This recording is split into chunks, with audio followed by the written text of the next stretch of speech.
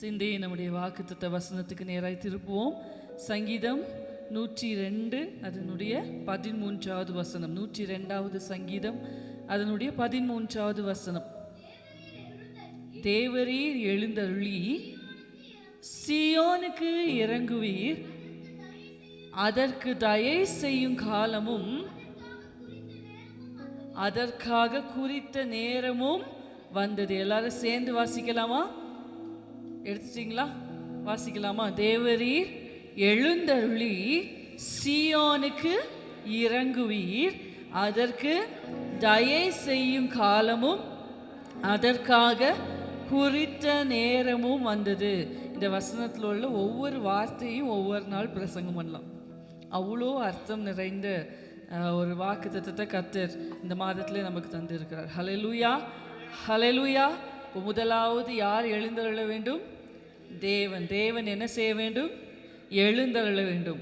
எழுந்தருளினாதான் சீயோனுக்கு யாருக்கு இரக்கம் கிடைக்கும்? சீயோனுக்கு இரக்கம் கிடைக்கும். சீயோனுக்கு என்ன கிடைக்கும்?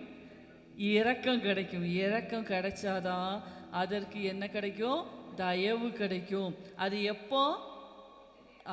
குறித்த நேரத்தில், தேவன் குறித்த நேரத்தில், தேவன் சீயோனுக்கு தயவு செய்ய வேண்டும் என்று குறித்த காலத்தில் நடக்கும். ஹல்லேலூயா. அப்போ இந்த வசனம் எல்லாமே பிரசங்கம் தான். ஆமென், ஹல்லேலூயா. இதில் ரொம்ப முக்கியம், யார் சீயோன்? சீயோன் என்றால் சீயோனுக்கு செய்வாரா? அந்த சீயோன் யார் அப்படிங்கிறத நம்ம தெரிந்து கொள்ள வேண்டியது ரொம்ப அவசியம். இது உங்களுக்கு ஹோம்ஒர்க், சரியா? நீங்கள் ஹோம்ஒர்க் கொடுங்க, நாங்கள் செஞ்சால் தானே அப்படின்னு நினைக்கிறீங்களா? அப்படியா? இல்லை, எல்லாரும் செய்யணும், சரியா? நீங்கள் பைபிளில் கண்டுபிடிங்க, யார் சீயோன் அப்படிங்கிறத கண்டுபிடிச்சிட்டு வரணும் எல்லாரும், சரியா? நான் பார்ப்பேன், உங்களுடைய பேப்பர்ஸ் எல்லாமே நான் பார்ப்பேன், நீங்கள் கண்டுபிடிச்சிட்டு வரணும். தேவரீர் எழுந்தருளி சீயோனுக்கு இறங்குவீர். அந்த சீயோன்னா யார்? யார் சீயோன்? சீயோன் யாரு? நம்ம தான். சரி, இந்த அளவுக்கு உங்களுக்கு தெரிஞ்சிருக்கிறதுக்கு ரொம்ப நல்லது. இன்னும் நீங்கள் டீப்பாக போய் இந்த சீயோன் என்கிற வார்த்தை முதல் எங்கே வந்துச்சு, யார் இதை ரொம்ப முக்கியத்துவப்படுத்தினா, இப்போ புதிய ஏற்பாட்டில் இந்த சீயோன் என்றால் என்ன, இதெல்லாம் நீங்கள் ஆராய்ச்சி பண்ணி படிங்க. நீ வருகிற நாட்களில் நம்ம அதை குறித்து அதிகமாக நம்ம தியானிக்கலாம். சீயோன் என்றால் யார்? கர்த்தருடைய அனுக்கிரக வருடம், கர்த்தருடைய தயவு செய்கிற காலம், கர்த்தர் குறித்த வேலை என்றால் என்ன, அந்த வேலையில் ஆண்டவர் என்ன செய்வார், இதெல்லாம் நம்ம பின் வருகிற நாட்களில் நம்ம பார்க்க போகிறோம். இன்றைக்கு நாம் எதை குறித்து பார்க்க போகிறோம் என்றால், சீயோனுக்கு தயவு செய்கிற கர்த்தர் சீயோனுக்கு என்ன தயவு செய்வார்? புரியுதா? இன்னைக்கு நம்ம என்ன பார்க்க போகிறோம்? சீயோனுக்கு கர்த்தர் என்ன தயவை செய்வார். சீயோனுக்கு தயவு செய்யுங்க ஆண்டவரே, சீயோனுக்கு தயவு செய்யும் காலம் வந்தது அப்படிலாம் சங்கீதக்காரன் பாடுகிறது நம்ம பார்க்கிறோம் இல்லையா? அப்போ சீயோனுக்கு கர்த்தர் தயவு செய்யும் போது அது எப்படிப்பட்டதாக இருக்கும்? இல்லை என்றால் சீயோனுக்கு கர்த்தர் எப்படிப்பட்ட தயவை செய்வார் என்று சொல்லி இன்றைக்கு நம்ம பார்த்து, நம்ம வேகமாக பார்த்து, நம்மளுக்கு திருவிருந்து இருக்குது, அதனால் வேகமாக பார்த்து நம்ம ஜெபிக்க போகிறோம். முதலாவதாக இந்த ஒரு வசனத்தை மட்டும் நம்ம வாசித்துட்டு இந்த பகுதிக்கு நேரம் நம்ம போகலாம். எரேமியா 29வது அதிகாரம் அதனுடைய 10வது வசனத்தை நம்ம வாசிக்க போகிறோம். எரேமியா 29 அதனுடைய 10வது வசனம்.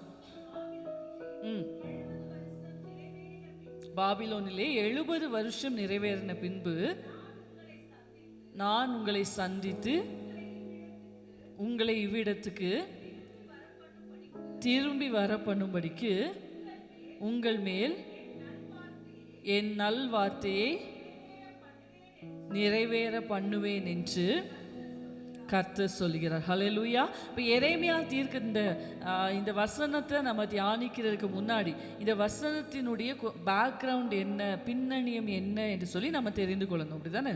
இப்போ நம்ம போன மாதம் உள்ள வாக்குத்தத்தம் எல்லாம் நமக்கு அந்த சம்பவம் அப்படியே இருந்துச்சு, நம்ம படிச்சுட்டு போயிட்டோம். இந்த சங்கீதம் ஏதோ ஒரு வசனத்தை சொன்ன உடனே இது என்ன பின்னணியம்ங்கிறத நம்ம தெரியாதபடிக்கு நம்ம இதனுடைய அர்த்தத்தை புரிந்து கொள்ள முடியாது. அதனால் இதனுடைய பின்னணியத்தை சுருக்கமாக சொல்ல வேண்டும் என்று சொல்லி நான் ஆசைப்படுகிறேன். நமக்கு தெரியும், யூதா யாருக்கு கீழே சிறைப்பட்டு போனது? பாபிலோன் ராஜ்யத்தின் கீழே யூதா சிறைப்பட்டு போனது. யார் சிறைப்பிடிச்சிட்டு போனது?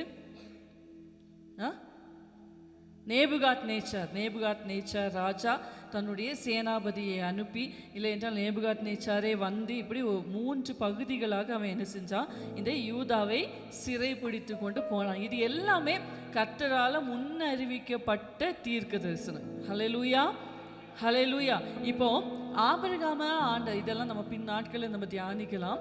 ஆபிரகாமை அழைக்கும் போதே, அவனுக்கு வாக்குத்தத்தம் கொடுக்கும் போதே, தன்னுடைய சந்ததியார் எகிப்தில் போய் இந்த கஷ்டத்தை படுவாங்க, 400 வருஷம் முடிந்த பிறகு நான் உங்களை மறுபடியுமா இந்த தேசத்துக்கு திரும்பி வர பண்ணுவேன் ஆண்டவர் தீர்க்க தரிசனமாக சொல்லிவிட்டார் இல்லையா? அதே போல தான் இந்த இஸ்ரவேல் யூதா ராஜாக்கள் கர்த்தருடைய பார்வைக்கு அருவருப்பானதை பொல்லாப்பானதை செய்த போது கர்த்தர் தீர்க்கதரிசிகளை கொண்டு பல முறை அவர்களோடு பேசியும் நேரடியாக பேசியும் கடிந்து கொண்டும் அவர்கள் மனம் திரும்பாமற் போன காரணத்தினால, முதலாவது இஸ்ரவேலினுடைய மொத்தம் இஸ்ரவேலில் எத்தனை கோத்திரம்?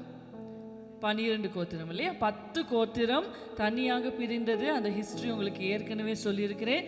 சாலமோனுடைய பையன் ரெகோபயாமுடைய காலத்திலே 2ஆக இஸ்ரவேல் பிரிந்தது. 10 கோத்திரங்கள் ஒன்றாக சேர்ந்து அதற்கு இஸ்ரவேல் என்னும் பெயரிடப்பட்டது. இந்த இஸ்ரவேலை தான் எப்ராயிம் அப்படின்னு சொல்லி பின் நாட்களில் குறிப்பிடுகிறதை நம்ம பார்க்கிறோம். சரியா? இதை குழப்பக்கூடாது. இந்த 10 கோத்திரம் இஸ்ரவேலாக தனியாக ஒரு ராஜ்யமாக, வட ராஜ்யமாக பிரிந்தது. இன்னும் 2 கோத்திரம் யூதாவும் பென்யமீனும் மாத்திரம் தாவீதுக்கு பாராட்டின விசுவாசத்தினால, தாவீது மேலே, அதாவது சிலர் தான் அந்த ராஜ்யத்துக்கு ரொம்ப விசுவாசமாக இருப்பாங்க, பார்த்துருக்கீங்களா? அப்படி அந்த யூதா கோத்திரமும் பென்யமீனும் சேர்ந்து இவங்க 2 கோத்திரங்களும் மாத்திரம் ஒன்றாக இணைந்து இவங்களுடைய ராஜ்யத்துக்கு பேர் யூத ராஜ்யம். என்ன ராஜ்யம்? ஜூடா கிங்டம் ஆஃப் ஜூடா அப்படின்னு சொல்லி யூத ராஜ்யமாக தனியாக பிரிந்தார்கள். இவர்கள் 10 ராஜ்யம் என்று அழைக்கப்பட்டாங்க. இப்போ என்ன நடக்குது அப்படின்னு சொன்னால், இவங்க பாபிலோனுக்கு சிறைப்பட்டு போகிறதுக்கு ரொம்ப வருஷங்களுக்கு முன்பதாகவே இந்த 10 கோத்திரம் தனியாக பிரிஞ்சு போனாங்கல்ல, இந்த ராஜாக்கள் ரொம்ப மோசமாக நடந்ததுனால கர்த்தர் அவர்களை அசீரியா ராஜாவின் கையில் என்ன செஞ்சிட்டாரு? ஒப்பு கொடுத்து விட்டார். இப்போ அவங்க ஏற்கனவே சிறையிருப்பில் தான் இருக்கிறாங்க.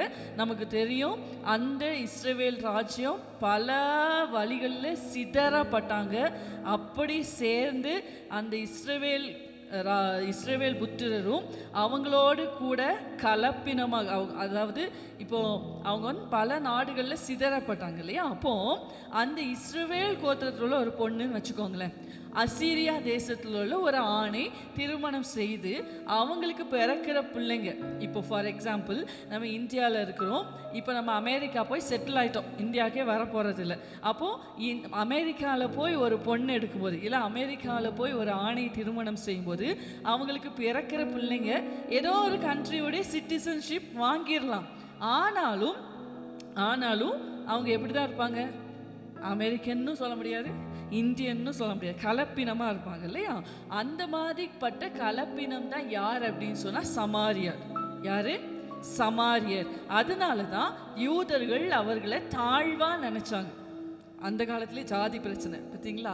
ஆமாம், யூதர்கள் அவங்கள நீங்கள் ஒரிஜினல் கிடையாது, நீங்கள் கலப்பினத்தவர்கள், நீங்கள் சமாரியர் அப்படின்னு சொல்லி அவங்கள என்ன செஞ்சுருந்தாங்க? ஒதுக்கி வைத்திருந்தாங்க. சமாரியா நாடு வழியாக இவங்க போகமாட்டாங்க, சமாரியர் இவங்க கிட்ட தண்ணி கூட எடுக்கக்கூடாது, இப்படிலாம் பல கட்டுப்பாடுகளை வைத்திருந்தார்கள். சரி, இப்போ நமக்கு அது முக்கியம் இல்லை.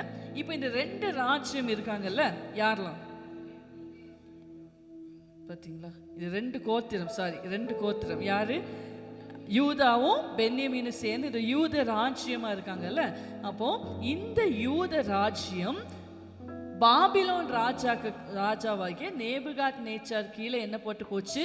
சிறைப்பட்டு போச்சு. எதனால அப்படின்னு சொன்னா, இவங்களுடைய அக்கிரமத்தின் நிமித்தமா, கர்த்தரை விட்டு விக்கிரக ஆராதனை, விபச்சாரம், இந்த மாதிரி வேசித்தனங்கள்லாம் பண்ணி ஆண்டவருக்கு விரோதமாக செய்த இவர்களுடைய பாவத்தினால ஆண்டவர் இவங்களை யார் கையில் விட்டு போட்டார்?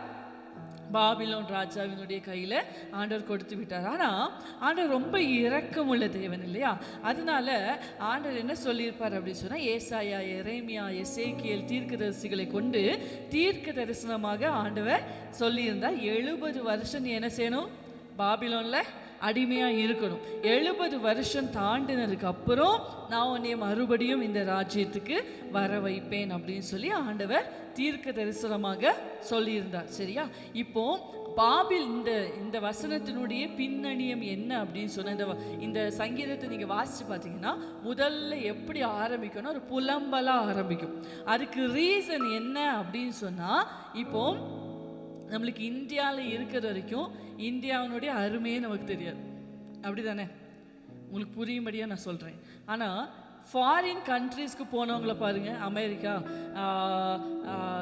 இந்த துபாய் இப்படிலாம் போகிறாங்கல்ல, இந்தியாவிலேருந்து ஒரு ஆளை பார்த்தாலே எப்படி இருக்கும்? நம்ம நியூட்டன் பிரதருக்குலாம் நல்ல அனுபவம் இருக்கும்ல. ஆமாம், இந்தியாவிலேருந்து ஒரு ஆளை பார்த்துட்டாலே எப்படி இருக்கும்? அவ்வளோ சந்தோஷமாக இருக்கும்.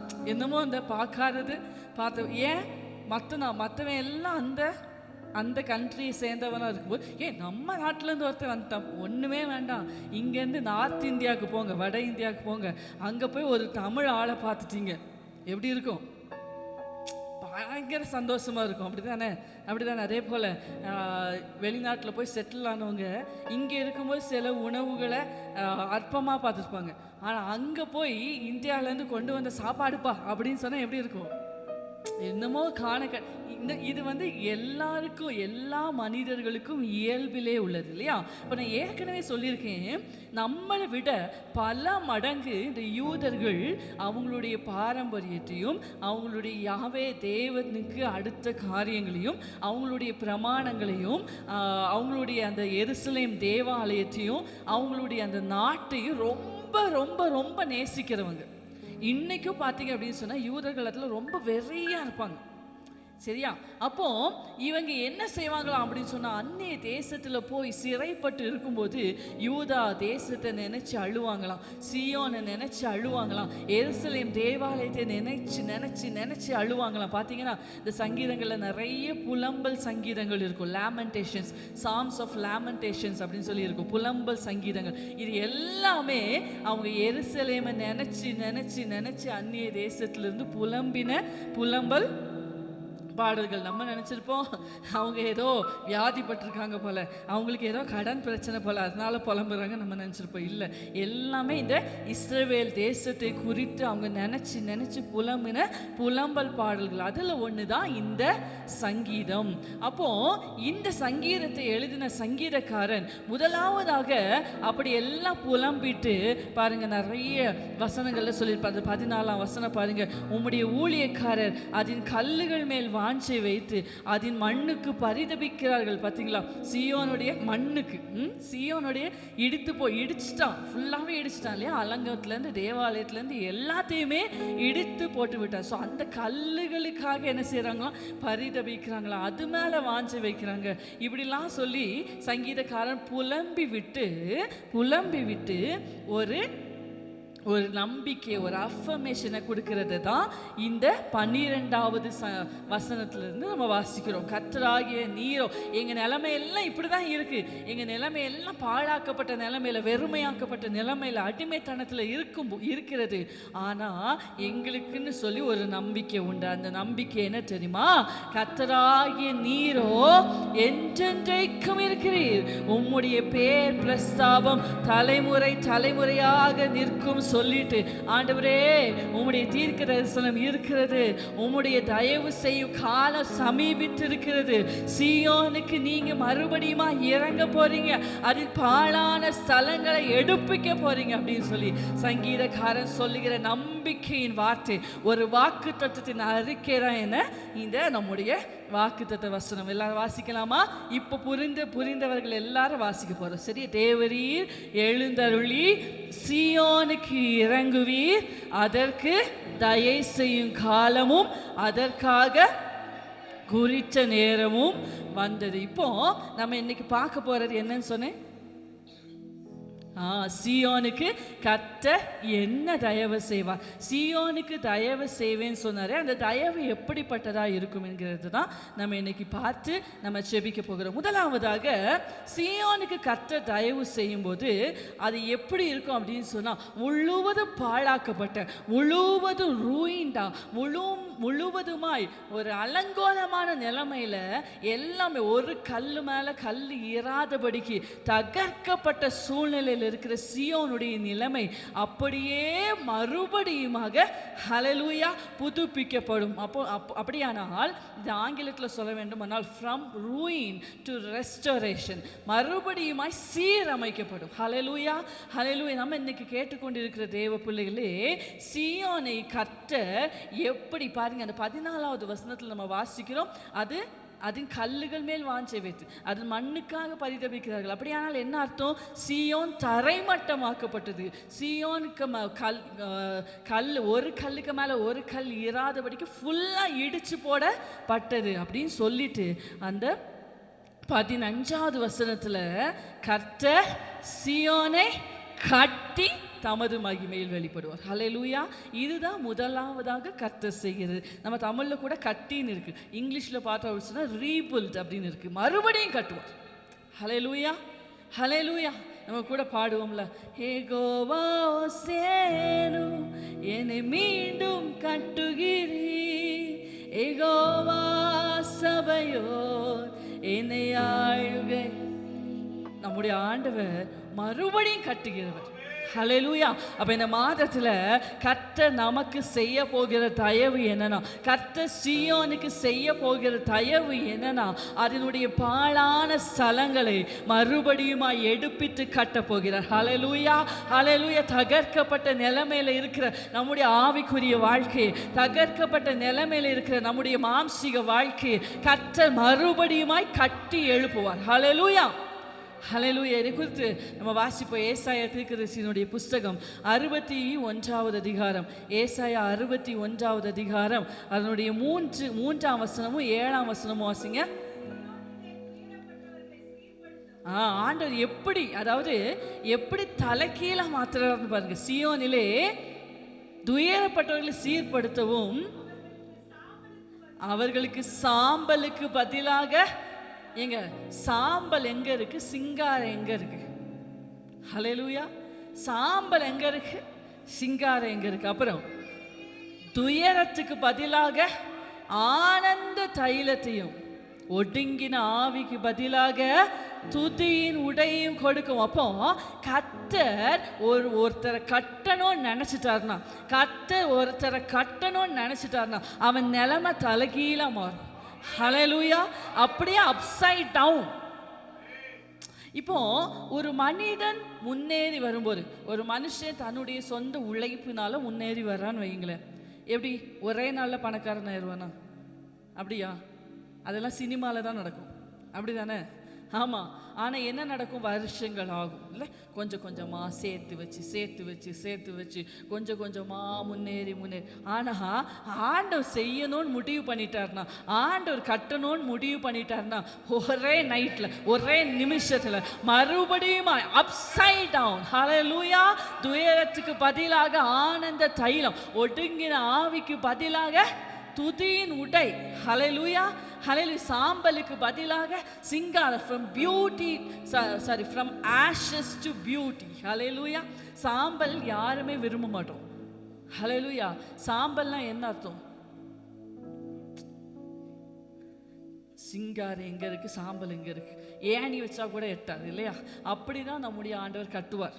இன்னொரு வசனத்தை வாசிங்க, 7ஆம் வசனம், உங்கள் வெட்கத்துக்கு பதிலாக 2 தனையாய் பலன் வரும். இன்னைக்கு எதிலெல்லாம் நீங்க வெட்கத்தை அனுபவிக்கிறீங்களோ, கர்த்தர் உங்க வாழ்க்கையை கட்டி எழுப்ப ஆரம்பிச்சிட்டாருன்னா, அந்த வெட்கத்துக்கு பதிலாக 2 தனையான பலன், லட்சைக்கு பதிலாக தங்கள் பாகத்தில் சந்தோஷப்படுவார்கள், அது நிமித்தம் தங்கள் தேசத்தில் இரட்டிப்பான சுதந்திரம் அடைவார்கள், நித்திய மகிழ்ச்சி அவர்களுக்கு உண்டாகும். அப்ப ஆண்டவர் தர ஆசீர்வாதம் எல்லாமே, ஆண்டவர் தர நன்மை எல்லாமே, அது நித்தியம், அது இட்டர்னல், அது அழிந்து போகிறது இல்லை, அது டெம்பரரி இல்லை.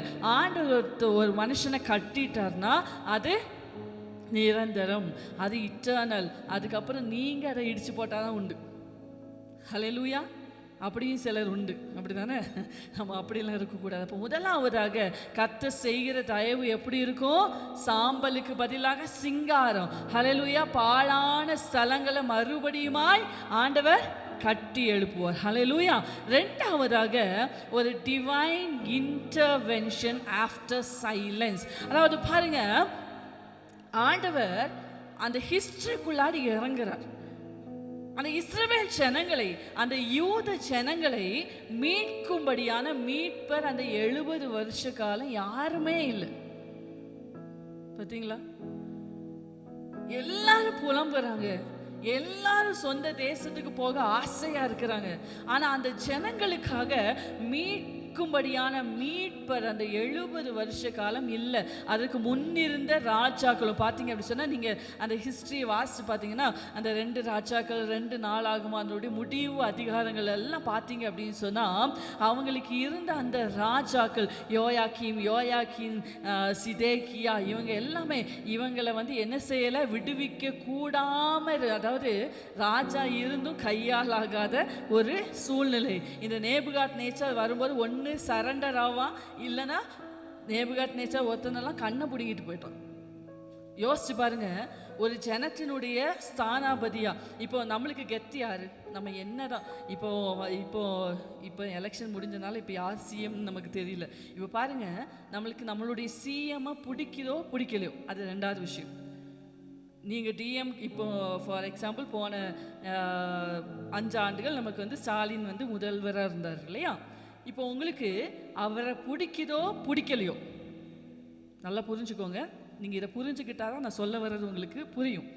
அவரை பிடிக்குதோ பிடிக்கலையோ, ஆனால் நம்ம தமிழ்நாட்டை அடையாளப்படுத்துவதற்கு முதல் குடிமகன் அப்படின்னு சொல்லி யாரை சொல்லுவோம்? அவரை தான் சொல்லுவோம், அப்படிதானே? இப்போ நம்ம எல்லாருடைய கண்களுக்கு முன்னாடி அவரை ஒருத்தர் அவமானப்படுத்துறாருன்னா அது யாரை அவமானப்படுத்துறதுக்கு சமம்? நம்ம எல்லாரையுமே, அப்படிதானே? இப்போ நார்த் இந்தியாவிலேருந்து ஒருத்தர் வரோம், அவரை அவமானப்படுத்துகிற மாதிரி ஏதாவது ஒரு விஷயத்தை செஞ்சுட்டான் அப்படின்னு சொன்னால் அது எதுக்கு அடையாளம்? தமிழ்நாட்டில் அதை கேட்கறதுக்கு ஒரு பயம் இல்லை அப்படின்னு நம்ம எல்லாரையுமே இன்சல்ட் பண்ணுறதுக்கு அர்த்தம், அப்படிதானே? இப்போ புரியுதா? இப்போ பாருங்க, இவங்க கண்களுக்கு முன்னாடியே இவங்க ராஜாக்களை அவன் சிறை பிடிச்சிட்டு போறான், கண்ணை பிடுங்கி குருடாக்கி கொண்டு போறான். இப்படியெல்லாம் செய்யும்போது இந்த இஸ்ரவேல் ஜனங்களுக்கு தங்களை மீட்கும்படியான மீட்பரே கிடையாது.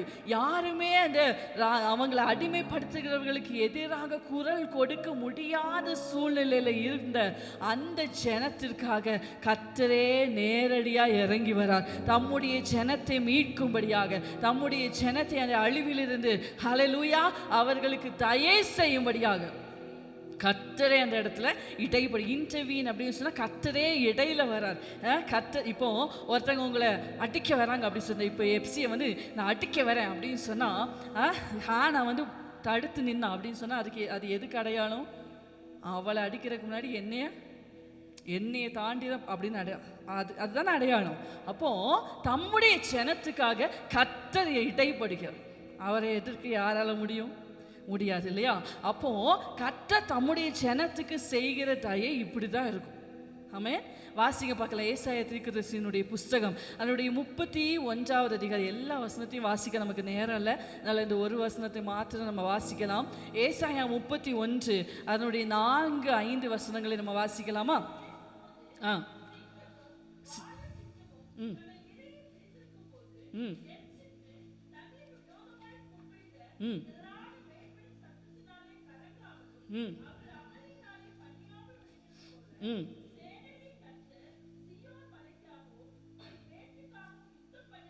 ஹல்லேலூயா. ஆண்டவர் எதுக்கு ஒப்பனையா சொல்லியிருக்கிறார் பாருங்க.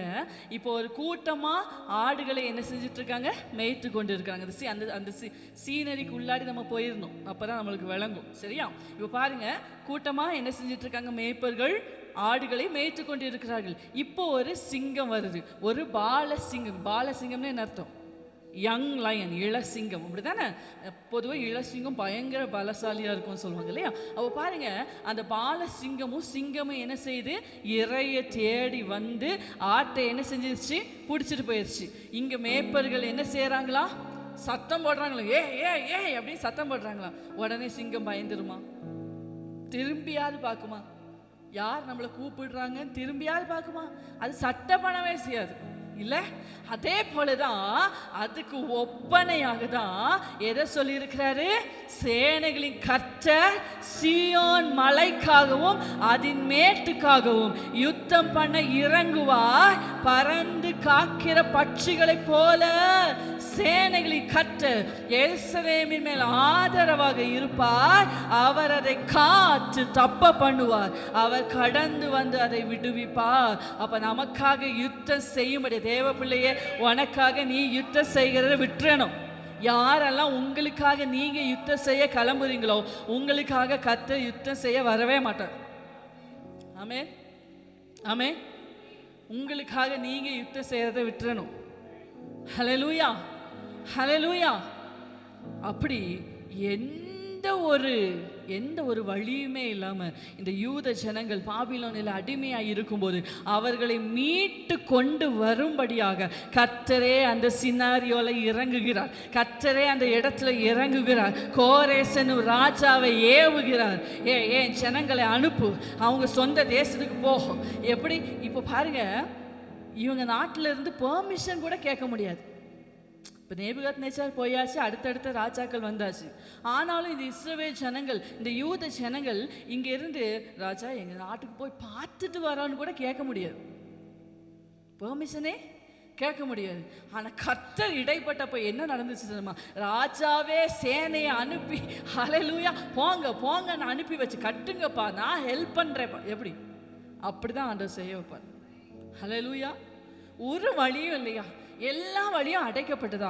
உங்களை மீட்கிற மீட்பர் இல்லையா? அப்பதான் ரொம்ப நல்லது. உங்களுக்காக பரலோகத்தின் மீட்பர் இறங்குவார். உங்களுக்காக யுத்தம் செய்யும்படியா கர்த்தரே இறங்குவார். ஹல்லேலூயா. அப்போ முதலாவதாக கர்த்தர் உங்களுடைய பாழான ஸ்தலங்களை கட்டும்போது அது திரும்ப மகிமை உள்ளதாக மாறும். ரெண்டாவதாக ஹல்லேலூயா, நீங்க அமைதியா இருக்கும்போது உங்களுக்காக யுத்தம் பண்ணும்படியாய், உங்களுக்காக உங்கள் சத்துருவோடு இடைபடும்படியாய் சேனைகளின் கர்த்தர் இறங்குவார். ஹல்லேலூயா. மூன்றாவதாக அவர் செய்கிற தயவு எப்படிப்பட்டது தெரியுமா? அது நம்முடைய நீதி நிமித்தமாய் அல்ல, அது சீயோன் செய்த நீதி நிமித்தமாய் அல்ல, அவருடைய இரக்கத்தினால. Hallelujah. His unmerited favour. Hallelujah. நான் எங்கள் காலேஜ் நோட்ஸை நான் படிச்சுட்டு இருக்கும்போது அதில் எங்கள் சார் வந்து அந்த வாட் இஸ் கிரேஸ் அப்படிங்கிறதுக்கு அழகான ஒரு நோட்ஸ் கொடுத்துருந்தாங்க. அதை நான் வாசித்து பார்த்து ரொம்ப சந்தோஷப்பட்டேன். பாருங்க, கிருபை அப்படின்னா என்ன அப்படின்னு சொன்னா, கர்த்தர் நம்ம மேல பாராட்டுகிற இரக்கம் என்ன அப்படின்னு சொன்னா, இட் இஸ் அன்டிசர்வ்ட் ஃபேவர். தகுதியே இல்லாத நமக்கு கொடுக்கப்பட்ட ஃபேவர் மாத்திரம் அல்ல, அது அன்மெரிட்டட் ஃபர்கிவ்னஸ். ஹல்லேலூயா. நம்மளை ஆண்டவர் மன்னிச்சு அவருடைய பிள்ளையா நம்ம சிலரை மன்னிப்போம். எப்படி மன்னிப்போம்? மன்னிக்கிறேன், ஆனால் நீ செய்த பத்தியா வாழ்நாள் ஃபுல்லாக அது என்ன செய்யாது, மறக்கவே மறக்காது அப்படின்னு சொல்லுவோம். அப்படி தானே? இதுக்கு பேர் மன்னிப்பான். எப்படி சொல்லியிருக்கோமா இல்லையா? நீ என்னை குத்துன பாரு, இதுக்கு நீ மன்னிக்காமலே இருக்கலாம். இப்படி தான் நம்ம மன்னிப்பலாம். அப்படி தானே? ஆண்டவர் இப்படி நம்மளை பார்த்து சொல்லியிருந்தா நம்மளாம் இன்னைக்கு இங்கே இருந்திருக்கவே மாட்டோம்ல. ஆண்டவர் நம்மளை மன்னிக்கும்படியா நம்ம என்ன செஞ்சோம்? ஆண்டவர் நம்மளை பிள்ளை ஆக்கும்படியா நம்ம என்ன செஞ்சோம்? நான் ஒரு செயின் கதை சொன்னேன், ஒரு பிரேஸ்லெட் கதை சொன்னேன், அந்த மாதிரி தான். அன்டிசர்வ்ட் ஃபேவர், அன்மெரிட்டட். நம்முடைய மெரிட்னால இல்லை, நான் செய்த நீதியின் கிரியைகளினால அல்ல, தமது இரக்கத்தின்படியே. தீத்து 3:5 வீட்டில் போய் வாசிங்க, வசனம் இருக்கு. நாம் செய்த நீதியின் கிரியைகளின் நிமித்தமாய் அல்ல, தம்முடைய இரக்கத்தின்படியே. ஹல்லேலூயா. நம்மளை பிள்ளையாக்கி கொண்டு வந்து வைத்திருக்கிற. இப்ப பாருங்க, சீயோன் சிறைப்பட்டு போனது எதனால? எதனாலன்னு சொன்னேன்? அவங்களுடைய பாவத்தின் நிமித்தமாய், அக்கிரமத்தின் நிமித்தமாய். இப்ப மறுபடியுமா பாபிலோன்ல இருந்து வர்றதுக்கு சீயோன் என்ன செஞ்சாங்க? என்ன செஞ்சாங்க? ஆண்டவருக்கு ஏதாவது தங்கமா கொடுத்தாங்களா? அப்படியா? இன்னைக்கு அப்படிலாம் நினைக்கிறாங்க சிலர். எவ்வளோ நான் தப்பு பண்ணலாம், கொஞ்சம் ஆமா நான் சர்ச்சுக்கே இப்படிலாம் நிறைய ஜனங்கள் இன்னைக்கு இந்த மாடர்ன் வேர்ல்டில் மாறிட்டே வராங்க. ஆண்டவர் ஒரு நாள் நம்ம காணிக்கையோ நம்ம மனுஷனை ஏமாத்துறது போலலாம் என்ன செய்ய முடியாது. கடந்த நாட்களில் ஒரு வாலிப பிள்ளை மீன்ஸ் புதிதாக திருமணமாகி போன பிள்ளை, ரொம்ப இதெல்லாம் சொல்றதுக்கு ரொம்ப வேதனை. கணவர் வீட்டில் பயங்கர அடி இந்த பிள்ளைய. ஏன் இவங்க பாஸ்டர்கிட்ட போய் சொல்ல வேண்டியதானே, சர்ச்சில் சொல்லி கொஞ்சம் பேச வேண்டியதானே அப்படின்னு சொல்லி கேட்டால் அந்த பிள்ளை சொல்லுது, எங்கள் வீட்டில் சர்ச்சுக்கு போகிறதே நான் மட்டும்தான். அப்போ உங்கள் எல்லாருமே ரட்சிக்கப்பட்ட குடும்பம்னு விசாரித்து கொடுக்கலையா? விசாரித்து தான் கொடுத்தாங்க. என் கணவர் வீட்டில் மாதத்துக்கு ஒரு நாள் சர்ச்சுக்கு வருவாங்க.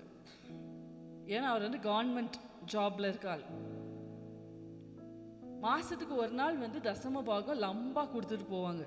அதனால பாஸ்டர் அவங்கள கேள்வியே கேட்க மாட்டார். இப்படிலாம் மனுஷனை பிரியப்படுத்தலாம்.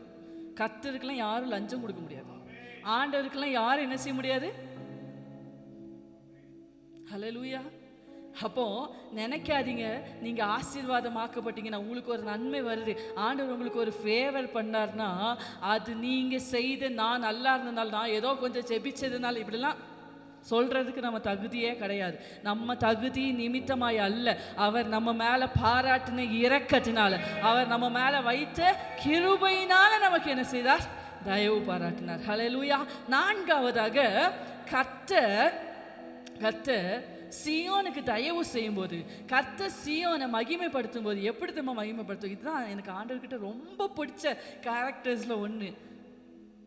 பைபிளில் இருக்க ஆதாரமாக பல பல பல வசனம், நூற்றுக்கணக்கான ஆயிரக்கணக்கான வசனங்களை கூட சொல்லலாம். ஆண்டவர் எப்படி தெரியுமா நம்மளை மகிமைப்படுத்துவார்? எல்லா கண்ணும் பார்க்கும்படியாக தான் மகிமைப்படுத்துவார். இந்த கேரக்டர் மட்டும் ஆண்டவர்கிட்ட என்னால் புரிஞ்சிக்கவே முடியாது. நம்ம அக்கிரமம் பண்ணும்போது, பாவம் பண்ணும்போதும் ஆண்டவரே போய் ஒளிச்சு போய் கேட்போம்ல, மன்னிப்பு யாருமே பார்க்காத மாதிரி ஜன்னல்லாம் மூடிட்டு ஒளிச்சு கேட்போம்ல. அது ஒரு நாளுமே ஆண்டவர் வெளியரங்கப்படுத்துறதே இல்லை, எல்லாருக்கும் அதை சொல்லி காமிக்கிறதே இல்லை. உனக்கு தெரியுமா ஒன்று, நேற்று இந்த சிஸ்டர் வந்தாங்களாக்கும் என்கிட்ட மன்னிப்பு அப்படிலாம் ஆண்டவர் யார்கிட்டையும் என்ன செய்யறது இல்லை, அதை பகிரங்கப்படுத்துறதே இல்லை, வெளியரங்கப்படுத்துறதே இல்லை. அப்படி படுத்தியிருந்தாலும் நான் இங்கே உங்கள் முன்னாடி நின்று பிரசங்கமே பண்ணியிருக்க முடியாது, அப்படி தானே? ஆனால் ஆண்டவர் மகிமைப்படுத்தும் போது மட்டும் எப்படி படுத்துவார் தெரியுமா? என் பிள்ளைய பார் எப்படி உயர்த்தி வச்சிருக்கேன்னு பாருன்னு இந்த உலகமே பார்க்கறது மாதிரி மகிமைப்படுத்துவார். எவ்வளோ அன்புள்ள தேவன் இல்லை, எவ்வளோ நல்லவர். ஹல்லேலூயா. இதுக்கு நிறைய வசனங்கள் இருக்கு.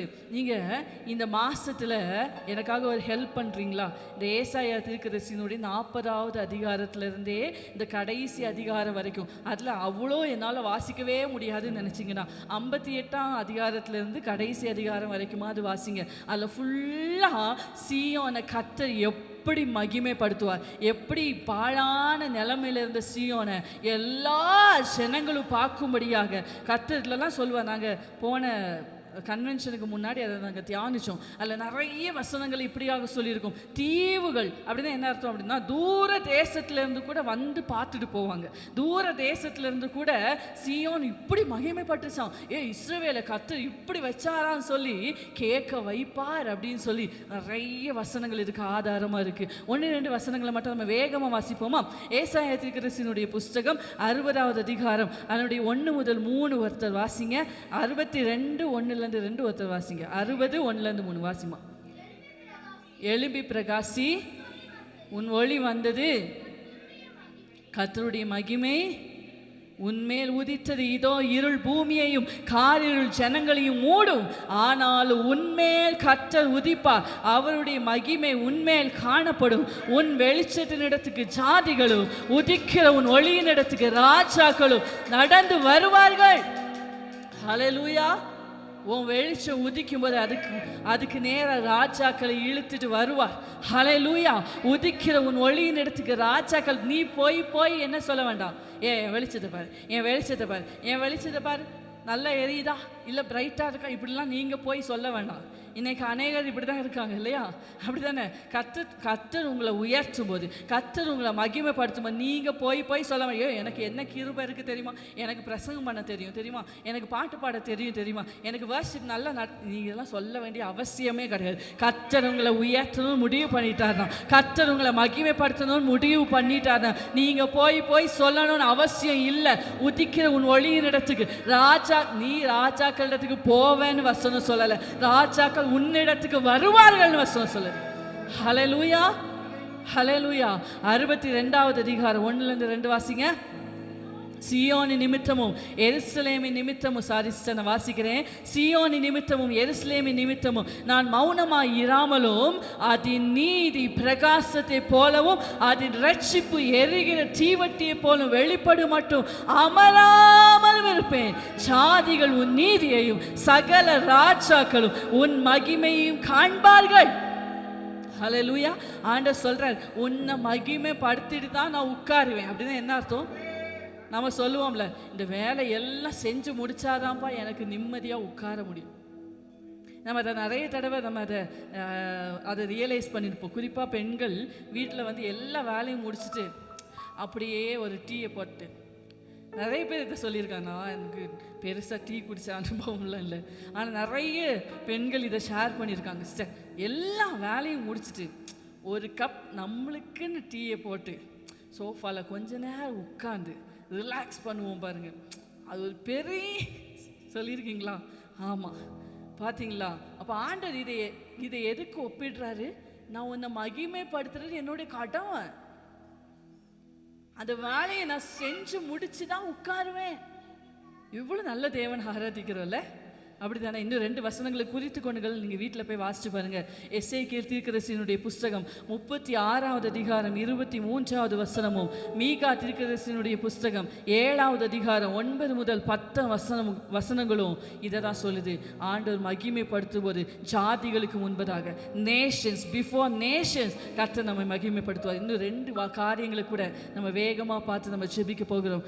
5வது காரியம், கர்த்தர் நமக்கு செய்கிற தயவு எப்படி தெரியுமா இருக்கும்?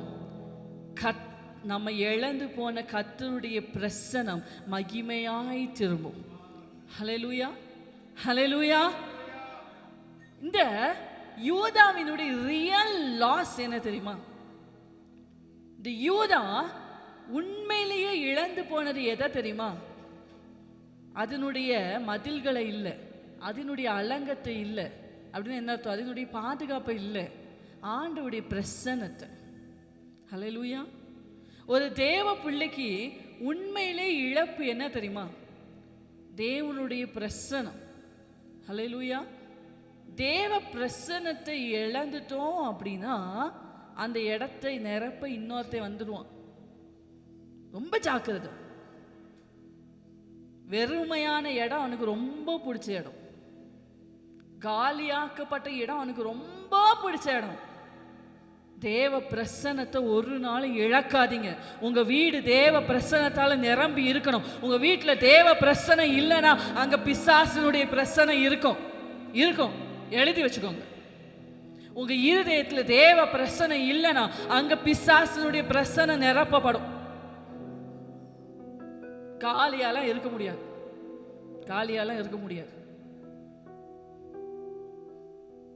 இந்த யூதா உண்மையிலே இழந்தது என்ன தெரியுமா? தேவனுடைய பிரசன்னத்தை. தேவ பிரசன்னம் போயிருச்சுன்னா மகிமை போயிரும். 1 சாமுவேல் 4வது அதிகாரத்தை வீட்டில் போய் வாசிச்சு பாருங்க. அதனுடைய சம்பவத்தை நான் உங்களுக்கு ரொம்ப ஷார்ட்டா சொல்றேன். ஏலியினுடைய குமாரர் ஆசாரியரா இருந்தாங்க. பேர் என்ன? ஏலியினுடைய குமார், வெரி குட், ஓப்னி பினேகாஸ் இல்லையா? இந்த ஓப்னி பினேகாஸ் 2 பேரும் கர்த்தருக்கு பொல்லாப்பான காரியங்களை செய்தபடினால, இது சொல்றதுக்கு ரொம்ப கஷ்டமா தான் இருக்கு. நான் யாரையும் ஜட்ஜ் பண்றதுக்கு பெரிய ஆள்லாம் கிடையாது. ஆனாலும் இதான் உண்மை. ஒரு சபையினுடைய ஊழியக்காரன் தவறும் போது, ஒரு ஆசாரியன் தவறும் போது, ஜனங்களும் என்ன செஞ்சிருவாங்க? இன்னைக்கு அநேக சபைகளில் இது நடந்துட்டு இருக்கு. ஜெபிக்கணும், நமக்கு வர பேசுறதுக்கு இல்லை, ஜெபிக்கணும். கடைசி நாட்களில் பிசாசு இப்படி பல சபைகளை வஞ்சித்து கொண்டே இருக்கிறான். இப்போ பாருங்க, ஆசாரியர்கள் ஒரு பக்கம் கர்த்தருக்கு பிரியமில்லாத வாழ்க்கை, இஸ்ரவேல் ஜனமே தவறி போகுது. கர்த்தருடைய வார்த்தை என்னன்னு யாருக்கும் தெரியல, கர்த்தர் யாருங்கிறது தெரியல, கர்த்தருடைய வார்த்தை யாருக்கும் வெளிப்படல, கர்த்தருடைய வார்த்தை அபூர்வமாக இருந்ததுன்னு வசனம் சொல்லுது. பார்த்தீங்களா? அப்படிப்பட்ட சூழ்நிலையில என்ன நடந்துச்சு தெரியுமா? மகிமை இஸ்ரவேலை விட்டு நீங்கிட்டு. ஹல்லேலூயா. ஆனா இதை இஸ்ரவேல் உணரவில்லை. இஸ்ரவேல் இதுக்காக ஜெபிக்கவும் இல்லை, இதை தேடவும் இல்லை. என்ன நடந்தது? திடீரென்று பெலிஸ்தர் யுத்தம் அனுமதியாய் வந்து விட்டார்கள். பெலிஸ்தர் வந்து முதல் கட்ட யுத்தத்தில், எனக்கு நம்பர் மறந்துடுச்சு, 4000 நினைக்கிறேன், கிட்டத்தட்ட 4000 இஸ்ரவேல் ஜனங்கள் என்ன செஞ்சாங்க? வெட்டுண்டு விழுந்தார்கள். உடனே இந்த நம்மளுக்கெல்லாம் அப்படி தானே, அது வரைக்கும் ஜோமனை வாப்பா, ஃபாஸ்டிங் ப்ரேயருக்கு வாப்பா, பைபிளை வாசிப்பா, உன் கையில் இருக்க பைபிளை கொஞ்சம் படி. நாங்கள்லாம் எவ்வளோ பிஸி. இல்லை இல்லை, அது 30,000 கடைசியில், முதல்ல 4000. சரியா? சரி, இப்போ 4000 பேர் விழுந்தோன்னே இப்போதான் ஞான கண் திறக்கப்படுகிறது. யாருக்கு? இஸ்ரவேல் ஜனங்களுக்கு. எப்பா சீக்கிரம் போங்க, அந்த உடன்படிக்கை பெட்டியை கொண்டு வாங்க. எங்க? யுத்த களத்துக்கு உடன்படிக்கை பெட்டி கொண்டு வரலாமா? கொண்டு வரலாமா? கொண்டு வரக்கூடாது. இப்பதான் ஆண்டவருக்கு மேலேயே நினைப்பு. உடன்படிக்கை பெட்டியை கொண்டு வந்தாச்சு. பெலிஸ்தர் பார்த்தாங்க, அவங்க தேவன் எப்படிப்பட்ட, பாருங்க, பெலிஸ்தியருக்கு தெரியுது அவங்க இஸ்ரவேல் ஆராதிக்கிற தேவன், இஸ்ரவேலுடைய தேவன் எவ்வளோ வல்லமை உள்ளவருங்கிறது பெலிஸ்தியருக்கு தெரியுது. இஸ்ரவேலுக்கு தெரியல அவர் யாருன்னு. பெலிஸ்தியர் பார்த்தாங்க, எப்பா யுத்தத்துக்கு அவங்க கடவுளே வந்தாச்சு, அவங்க தெய்வமே வந்தாச்சு. பெலிஸ்தர், அந்த வசனத்தில் இருக்கு, பெலிஸ்தரே நீங்கள் திடன் கொண்டு புருஷராக இருந்து யுத்தத்தை நடப்பீங்கள். எல்லாம் என்ன செய்யுங்க? இன்னும் பயங்கரமாக யுத்தம் பண்ணணும்பா அப்படின்னு சொல்லி பெலிஸ்தியர் அவங்களுக்குள்ளேயே தீர்மானம் பண்ணி என்ன செஞ்சாங்க? யுத்தம் பண்ணாங்க. இங்கே 30,000 பேர் வெட்டுண்டாங்க. பெலிஸ்தியர், உனக்கு வேண்டான்னா உனக்கு வேணா இந்த உடன்படிக்கை பெட்டியினுடைய மகிமை தெரியாமல் இருக்கலாம், ஆனால் எனக்கு நல்லா தெரியும்னு சொல்லி பெலிஸ்தியர் என்ன செஞ்சாங்க? அந்த உடன்படிக்கை பெட்டியை கொண்டு அவங்க நாட்டுக்கு போனாங்களாம். இதை கேள்விப்பட்ட ஏலி தன்னுடைய ஆசனத்திலிருந்து விழுந்து பிடரி முறிந்து செத்தான்னு இருக்கு. அதில் கடைசியில் அவனுடைய மருமக ஒரு அழகான ஸ்டேட்மெண்ட் கொடுப்பா. அந்த கடைசி 2 வசனங்களை வாசிங்க. தேவனுடைய பெட்டியும் பிடிபட்டு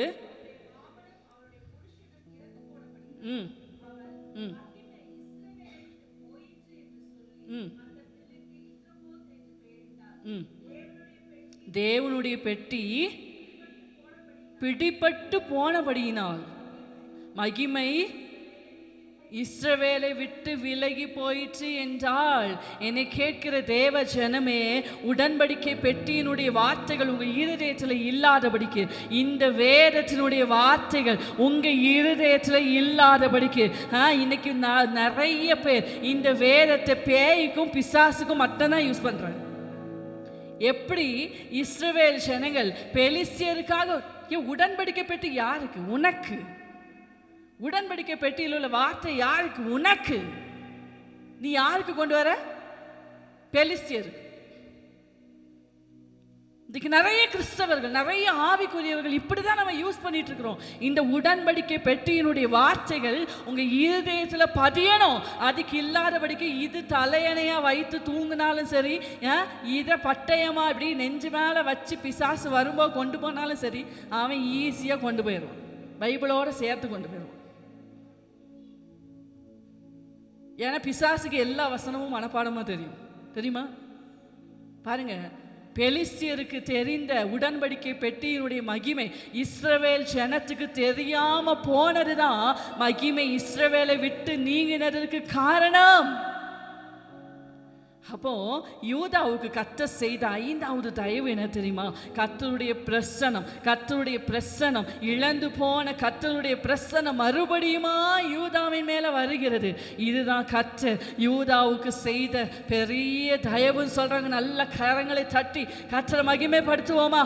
ஹல்லேலூயா. என்னை கேட்கிற தேவ ஜனமே, நமக்கு இருக்கிற பெரிய சொத்து, நம்ம மேல இருக்கிற பெரிய தயவே கர்த்தருடைய பிரசன்னம் மாத்திரம்தான்.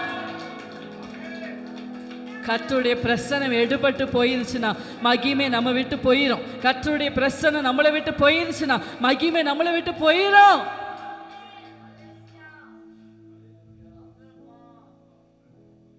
நிறைய பேரை நாங்க கவனிச்சிருக்கோம். கர்த்தருக்குள்ள இருந்துட்டு பின்வாங்கி போகும்போது மறுபடி ஜெபிக்க வருவாங்க.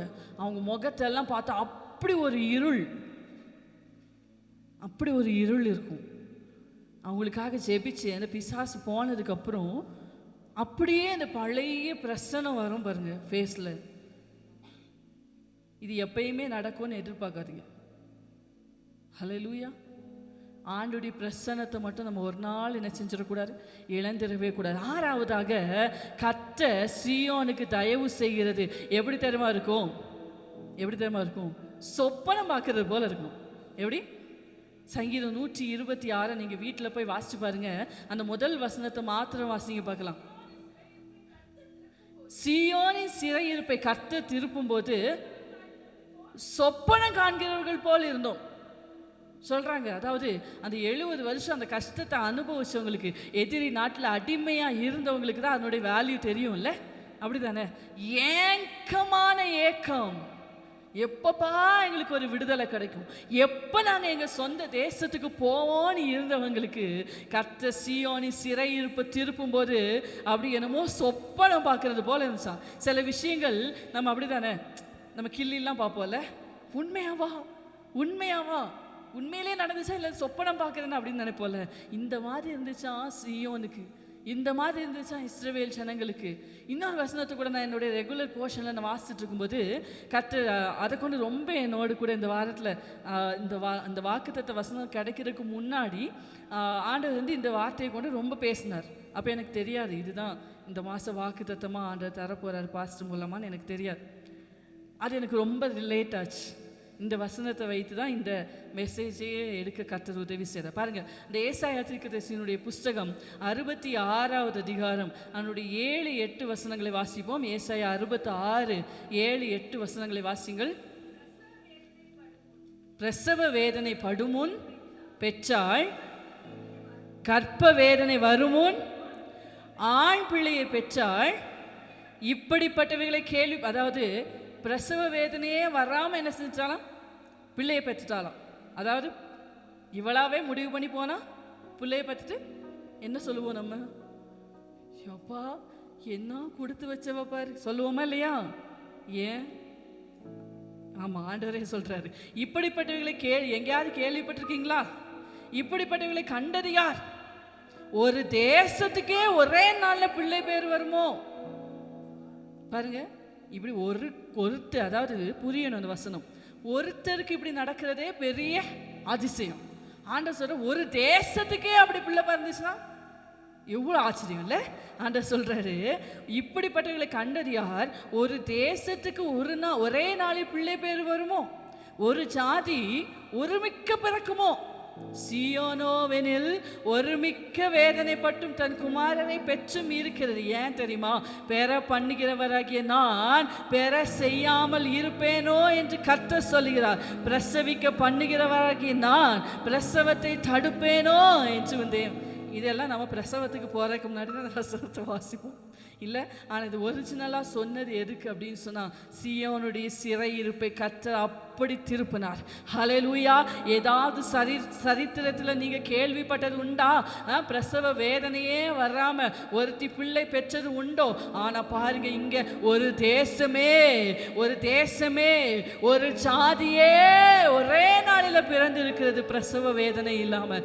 இது எல்லாம் எப்படி தெரியுமா நடக்கும்? ஏன் நான் பெற செய்கிறவர், நான் பிரசவிக்க செய்கிறவர் நான். என்னை கேட்டுக்கொண்டிருக்கிற தேவ பிள்ளையே, என்னுடைய சிறையிருப்பு எப்படி ஒரே நாளில் திரும்பும்? எப்படி இதெல்லாம் ஒரே நாளில் நடக்கும்? எப்படி நீங்கள் சொன்னது போல எல்லாம் அப்சைட் டவுனாக நடக்கும்னு யாராவது கேட்குறீங்களா? உங்களுக்கான ஆன்சர் தான் இது. ஏன் தெரியுமா? ஏன்னா பெற செய்கிறவர், பிரசவிக்க செய்கிறவர், அதை நடத்துகிறவர். ஹல்லேலூயா. நம்முடைய சேனைகளின் கர்த்தராகிய தேவன் அவர் எழுந்தருளினா சீயோனுக்கு தயவு உண்டு. அவர் எழுந்தருளினா சீயோனுக்கு இரக்கம் உண்டு. எழுந்து நிற்போமா தேவனுடைய சமூகத்தில்? ஹல்லேலூயா.